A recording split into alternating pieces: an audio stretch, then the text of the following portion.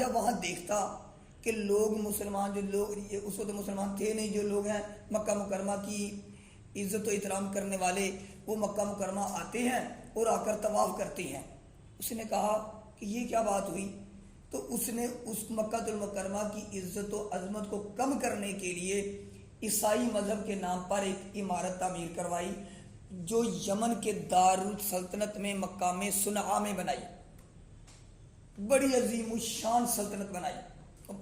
جو گرجا بنایا، جو عمارت بنائی، تو اس کے لیے کہا کہ یہاں پہ آ کر طواف کیا جائے۔ جب اہل عرب کو پتہ چلا تو ایک روایت کے مطابق یہ ہے کہ قبیلہ کنانا کا ایک آدمی آیا اور وہ اس عمارت میں آ کر پخانہ کر کے بھاگ گیا۔ دوسری روایت میں ہے کہ ابن عباس سے یہ روایت ہے کہ بعض کہتے ہیں کہ عرب کے کچھ نوجوان اس عمارت کے ارد گرد جمع تھے، انہوں نے آگ جلائی ہوئی تھی، اللہ کی طرف سے یہ معاملہ ہوا کہ آگ وہاں سے اڑی اور اس گرجا کے اندر چلی گئی اور پورے گرجے کو آگ لگ گئی، کہ اللہ تعالیٰ یہ نہیں چاہتے تھے کہ مکہ المکرمہ سے کوئی بہتر چیز ہو، اور نہ ہی ہو سکتی تھی، لیکن اب اس کو یہ غصہ آیا تو ابرہہ اس کا بدلہ لینے کے لیے اب اس نے مکہ المکرمہ میں چڑھائی کی، جو ہاتھیوں کے ساتھ اور یہ سارا لے کر آئے، پھر اس نے جاتے ہوئے تمام قبائل جو اس کے ساتھ مد مقابل آتا رہا اس کو شکست دیتا رہا، اور مکہ المکرمہ کے پاس پہنچنے تک جو مویشی ہوتے ان کو پکڑ لیتا، تو ان مویشیوں میں نبی علیہ الصلوۃ والسلام کے دادا عبد المطلب کے بھی 100 اونٹ اس کے اندر اس نے پکڑ لیے، تو بہت سارے اور بادشاہ بھی تھے۔ تو جب حضرت عبد المطلب اور کچھ ساتھی مل کر ابرہہ کے پاس گئے تو ابرہہ نے نبی علیہ الصلوۃ والسلام کے دادا عبد المطلب کو دیکھا تو اس کے اوپر ایک عجیب سا رعب اور دبدبہ پیدا ہو گیا، جو اللہ تعالیٰ نے نبی علیہ الصلوۃ والسلام کی نسبت سے آپ کے دادا عبد المطلب کے اندر وہ حیت اور معاملہ رکھا ہوا تھا کہ اس سے وہ گھبرا گیا۔ ابرہہ اپنے مد مقابل کسی کو بٹھاتا نہیں تھا اور کسی بادشاہ کی اتنی وہ توقیر اور عزت کرتا نہیں تھا کہ جو اپنے آپ کو جتنا بڑا وہ سمجھتا تھا، لیکن جب آپ کے دادا عبد المطلب سامنے ہوئے تو کتابوں میں لکھا ہے ابرہہ مجبور ہو گیا ان کے دبدبے روب کے اندر آ کر انہیں اتنی عزت اور توقیر دی، اب اپنے مد مقابل بٹھانا چاہتا نہیں تھا، تو اب اس نے کیا کیا کہ اپنے سٹیج کو، اپنی کرسی کو چھوڑ کر عبد المطلب کے ساتھ زمین پر ہی بیٹھ گیا۔ یہ نسبت بتائی جا رہی ہے کہ نبی علیہ الصلوۃ والسلام جس خاندان سے آ رہے ہیں اس خاندان سے کوئی بڑا نہیں ہو سکتا، جتنا مرضی بادشاہ اپنے آپ کو بنا کے بیٹھ جائے، وہ ایسا روب اور دبدبہ تھا۔ اور ساری باتیں ہوتی رہیں، باتیں کرتے کرتے کرتے اسی دوران باتوں کے اندر حضرت عبد المطلب نے کہا کہ وہ جی آپ کے پاس ہمارے اونٹ ہیں، وہ دیے۔ وہ کہنے لگا جس طرح آپ مکہ المکرمہ کی عزت کرتے ہیں، آپ اس کی توقیر کرتے ہیں، تو میں تو آپ کی بات پر حیران ہوا ہوں کہ آپ نے اپنے اونٹوں کا تقاضا کیا۔ میں تو سمجھ رہا تھا آپ آ کر مجھ سے یہ تقاضا کریں گے کہ اس کو چھوڑ دیں، یہ کوئی معاملہ منت سماجت کریں گے تو اتباع نہ کریں، مکہ المکرمہ چڑھائی نہ کریں وغیرہ وغیرہ۔ تو وہی بات جو پیچھے ہم بات ذکر کرتے ہیں، عبد المطلب نے کہا کہ وہ جو اونٹ میرے ہیں اس کے لیے میں آیا ہوں، اور کعبہ جس کا ہے اس کی حفاظت وہ خود کرے گا۔ کہتے ابرہہ کچھ سوچتا رہا اور سوچنے کے بعد اس نے اونٹ واپس کر دیے۔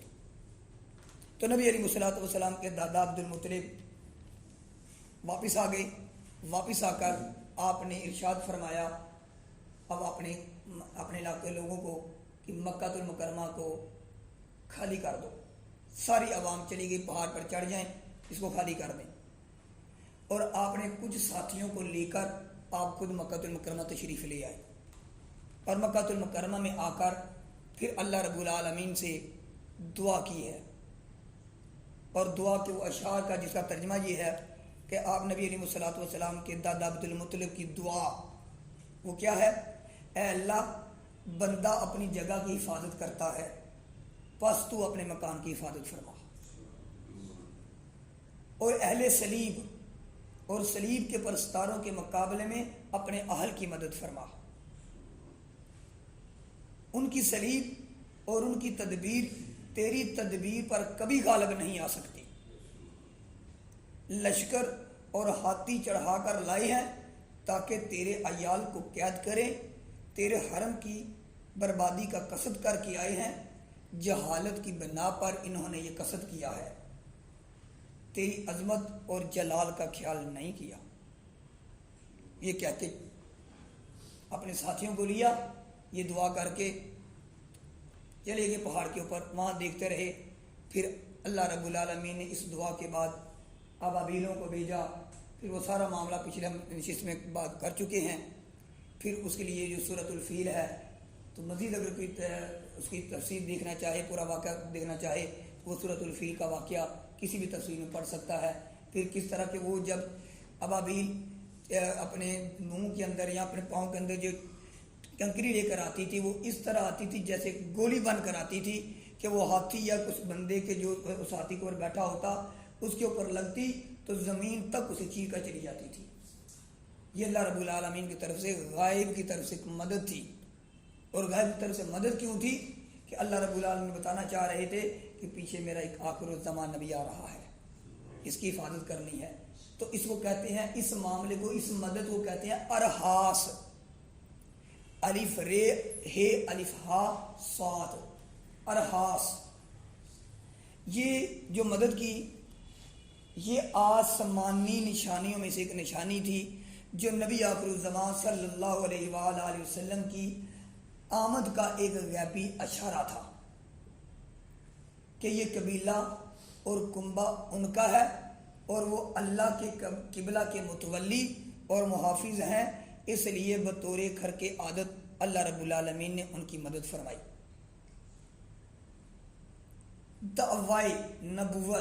نبوت کا دعویٰ کرنے کے بعد نبی کے ہاتھ پر جو امر کھار کے عادت ظاہر ہو اس کو معجزہ کہتے ہیں، اور جو خارق نبی کی ولادت کے قریب ظاہر ہوں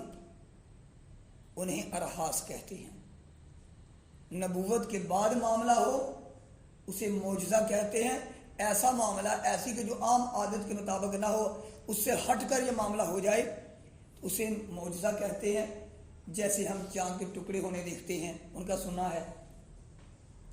تو نبی علیہ الصلوۃ والسلام ابھی پیدا نہیں ہوئے، تو کبھی بھی جب نبی کے پیدا ہونے کا وقت آتا ہے اس سے پہلے کوئی ایسا واقعہ رونما ہو جائے کہ جو کہ عام عادت کے مطابق نہیں ہوتا، اس کو ارحاس کہتے ہیں۔ تو اصحاب فیل کے اندر جو یہ معاملہ ہوا، جو مدد کی گئی، وہ اس حوالے سے کی گئی جس کے ہم ارحاس کہا جاتا ہے کہ خار کی عادت یہ معاملہ ہوا کہ نبی آخر الزمان صلی اللہ علیہ وآلہ وسلم کی آمد قریب ہے۔ اور اس کے اندر یہ سبق دے دیا گیا کہ جب بھی اتنے بڑے بادشاہ، حالانکہ اگر عبد المطلب چاہتے، کھڑے ہوتے تو پورے کا پورا عرب جتنا جرأت اور بہادری والا تھا وہ کھڑے ہو کر ان کے ساتھ مقابلہ کرتے، لیکن بتانا یہ چاہ رہے تھے کہ اللہ رب العالمین جب بھی